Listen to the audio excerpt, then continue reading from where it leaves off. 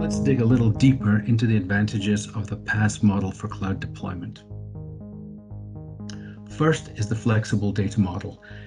In this environment, you're running the same software as on-premise, and you have the same flexibility to design your own data model as you would on-premise, but you're deploying it into the cloud. And it's worth mentioning here that you're not limited to the cloud. You can still deploy on-premise, even with this containerized version of the software.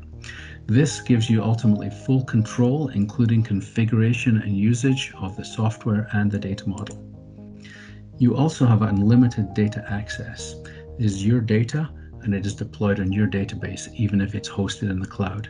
There are no limits on data format or access, and no cumbersome APIs that may throttle upload or download volumes. This is completely open. You also have the ability for very quick deployment. Because the software, the platform is pre-packaged in the container, you're able to deploy it in minutes with auto configuration. This is much simpler than the alternative typical in an IaaS type configuration. There is no need to download, copy, compile, install, and test, no lengthy install guides or obscure configurations to manage.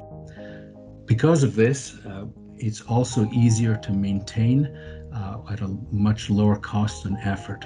There are no servers to maintain or patch. New versions are simply shipped via containers and are swapped out with automated upgrades. And you pay only for what you use. You can scale Profisee up or down or off as required, and you only pay for the memory and compute power that you actually need. To summarize, at Profisee, we firmly believe that adoption of a fully containerized PaaS architecture is key to cloud adoption for MDM. To be clear, MDM deployment in the cloud has been possible for some time, but it has been less than optimal. Fully adopting a containerized PaaS model will increase deployment flexibility, lower implementation and operating costs, and make MDM more accessible and practical for a wider community of companies.